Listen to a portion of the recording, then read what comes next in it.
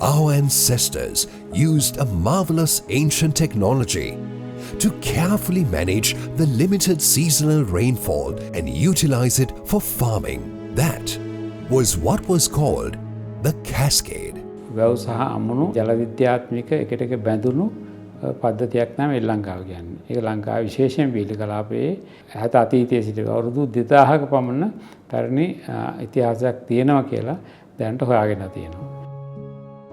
The cascade system was designed with a specific focus: how to conserve water during the dry season when tank levels are low, while simultaneously maintaining the balance of the surrounding ecosystem.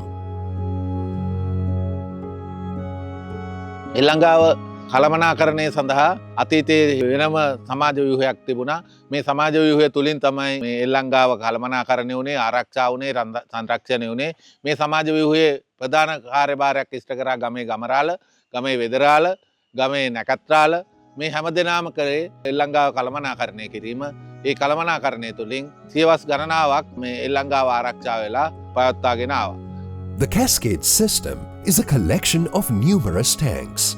Similarly, a single tank is itself a system composed of many different components.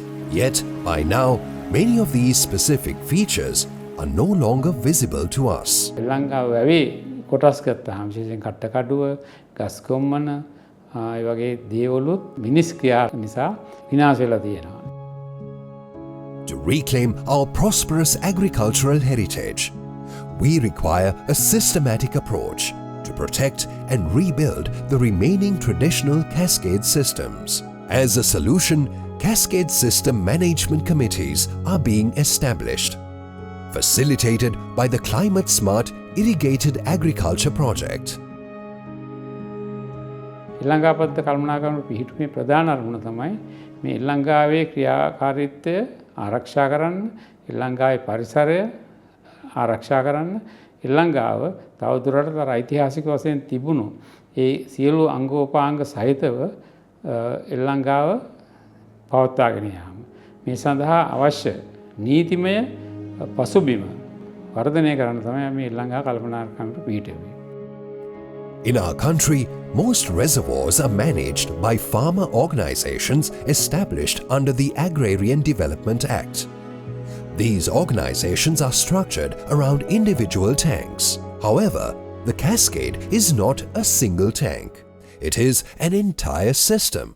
පද්ධතියක් තනි වැව්වල අධිකාරීන් විසින් පාලනය කිරීම ප්‍රශ්න සහගතයි. ඊට අමතරව මේ පද්ධතියේ වැව් විතරක් නෙවෙයි, වැව්වට අමතරව පරිසරය, පෝෂක ප්‍රදේශය සහ අනිකුත් අංගෝපාංග තියෙනවා. ඉතින් වැව් ගොවි සංවිධාන විසින් මේව ගැන සොයා බැලීමක් කරන්නේ නැහැ. ඒ නිසා මේ වැව් පද්ධතිය එල්ලංගාව පාලනය කරන්න ඒ සියලුම දිනා ඒකාබද්ධව සංවිධානයක් අවශ්‍යයි.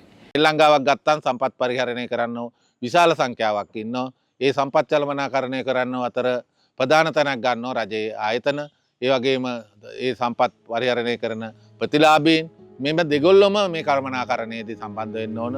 මේ දෙගොල්ලොම එකතු වෙලා තමයි අපි වර්තමාන එල්ලංගා කළමනාකරණ ව්‍යුහය සකස් වෙලා තියෙන්නේ. ඒ දෙගොල්ලොගේ සහභාගීත්වයෙන් දායකත්වයෙන්. දේශගුණ සූරු වාරි කෘෂිකර්ම ව්‍යාපෘතිය මගින් එල්ලංගා පද්ධති 72ක වැඩ කරනවා.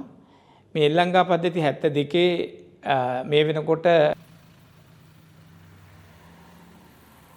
කමිටු පිහිටුවලා තියෙනවා. මෙතෙක් තිබුණේ තනිව කළමනාකරණය කරන ක්‍රමවේද. ඒ ආයතනයේ ගැටලුව ප්‍රශ්නය විසඳා ගන්න උත්සාහ කරගත්තා. මේ සම්පත් පරිහරණය කරන්න විදිහට සියලුම රජයේ ආයතන සහ සියලුම නිලධාරීන් එකතු වෙලා එල්ලංගා කළමනාකරණයට වැඩසටහනක් මෙතෙක් තිබුණේ නැහැ. ඒ සඳහා වැඩපිළිවෙල තමයි අපි මේ එල්ලංගා කළමනාකරණ කමිටු තුලින් හඳුන්වා දීලා ක්‍රියාත්මක කරන්න උත්සාහ කරන්නේ.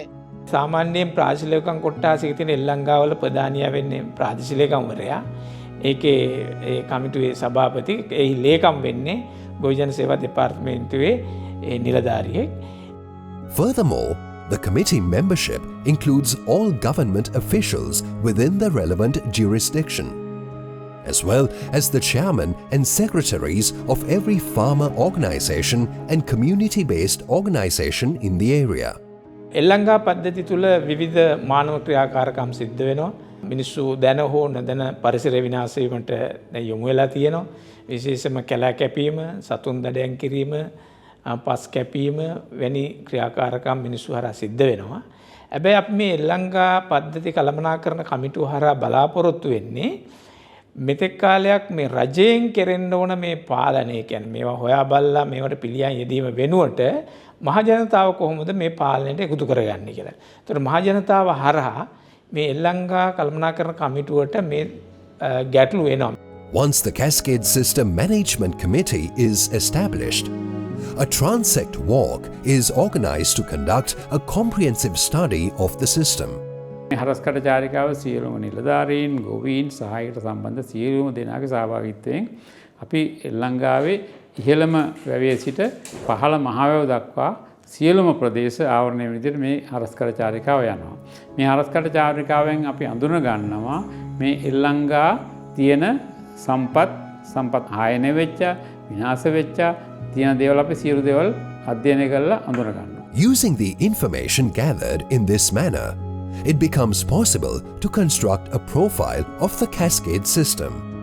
By further analyzing this data and engaging all relevant stakeholders, a comprehensive cascade management plan is formulated.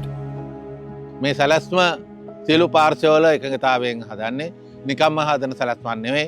එල්ලංගාව තුළ ඇවිදලා තොරතුරු එකතු කරලා ඒ තොරතුරු සමාලෝචනය කරලා ආයේ ඒ තොරතුරු අදාළ පාර්ශවවලින් තොරතුරු වල නිවැරදිභාවය තහවුරු කරගෙන මේ සැලැස්ම හදන්නේ. ඒ සැලැස්ම පිටින් ගේන එකක් නෙවෙයි. එල්ලංගාවටම එල්ලංගාවේ තියෙන ගැටලු හඳුනාගත්, ඒ ගැටලු වලට විසඳුම් සොයාගත් සැලැස්මක්. සැලැස්ම සකස් කිරීමේ කාර්යයේදී සියලුම රජයේ ආයතන ඒත් එක්කම ප්‍රතිලාභී ආයතන මේගොල්ලෝ සම්බන්ධ වෙනවා. මේ සැලැස්ම තුලින් ඒගොල්ලොන්ට හැකියාව ලැබෙනවා තමන්ගේ ගැටලු තමන් විසින් විසඳා ගන්න පරිසරයක් හදා ගන්න එක.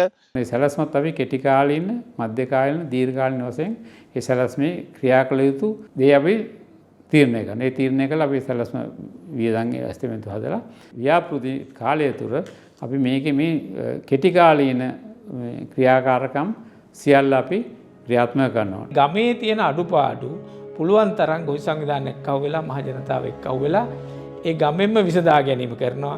මුදල් වියදම් වෙන බැරි වෙන දෙයක් තමයි ඉස්සරහට ගිහිල්ලා රජයේ මුල්‍ය ආධාරයටදී කෙරෙන්නේ. අපි හිතමු යම් ප්‍රදේශයක සතුන් දඩයම කරනවා. ඒ වගේ තමයි ගස් කැපීම කරනවා රැකියාවක් විදිහට. දුප්පත් මිනිස්සු යම් කණ්ඩායමක් මේක කරනවා නම් එල්ලංගා පද්ධති කළමනාකරණ කමිටුවෙන්ම රජයට යෝජනා කරනවා මෙයාට මෙන්න මේ ස්වයං රැකියාවන් දෙමු. එතෙන්දී ප්‍රාදේශීය ලේකම්වරයා එයාගේ මට්ටමින් පුළුවන් ස්වයං රැකියාවකට උදව් කරනවා. එහෙමත් බැරි නම් එයා ඊට පස්සේ යනවා ඊළඟ මට්ටමට, දිස්ත්‍රික් මට්ටමට නැත්නම් පළාත් මට්ටමට ගිහිල්ලා ඒ අවශ්‍ය සහයෝගය දීලා ඒ වෙන හානිය නවත්තන්න කටයුතු කරනවා. එල්ලංගා කළමනාකරණ කමිටුවේ මූලික කාර්යභාරය වෙන්නේ එල්ලංගාව පරිහරණය කරන්නෝ, එල්ලංගාවේ සම්පත් පරිහරණය කරන්නෝ, ඒකාබද්ධ වෙලා ඒක තැනකට ගෙනල්ලා ඒකාබද්ධ ප්‍රවේශයකින් මෙම එල්ලංගාව සියලු පාර්ශව එකඟතාවෙන් ආරක්ෂා කිරීම කළමනාකරණය කිරීම. අපි එක පද්ධතියක් විදිහට ඒකාබද්ධ වුණා. ඉහළ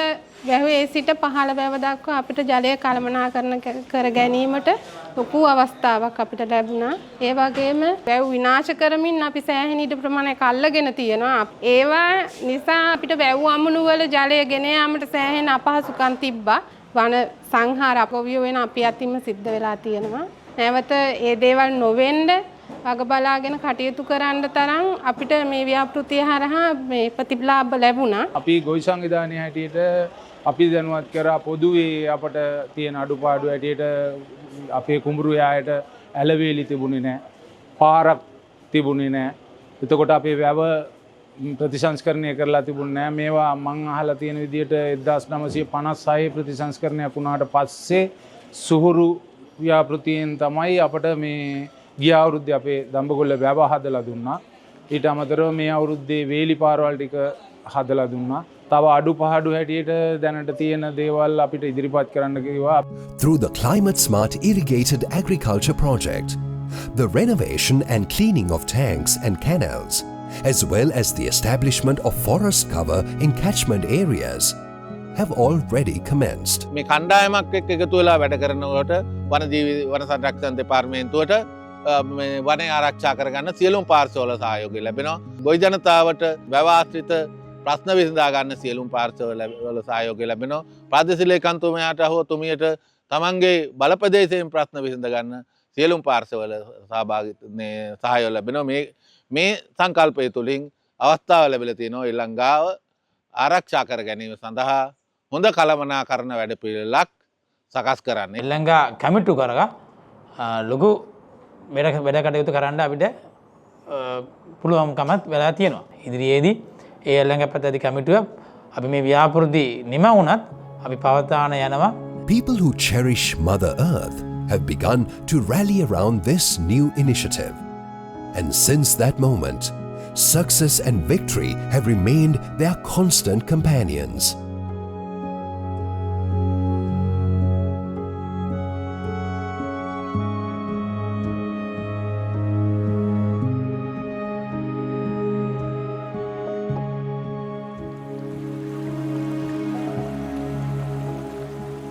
A land that was once dying. Now, the environment has begun to breathe again. We must revive the wonder our ancestors created for the sake of our prosperity. From within every single drop of water, the story of our very existence continues to flow.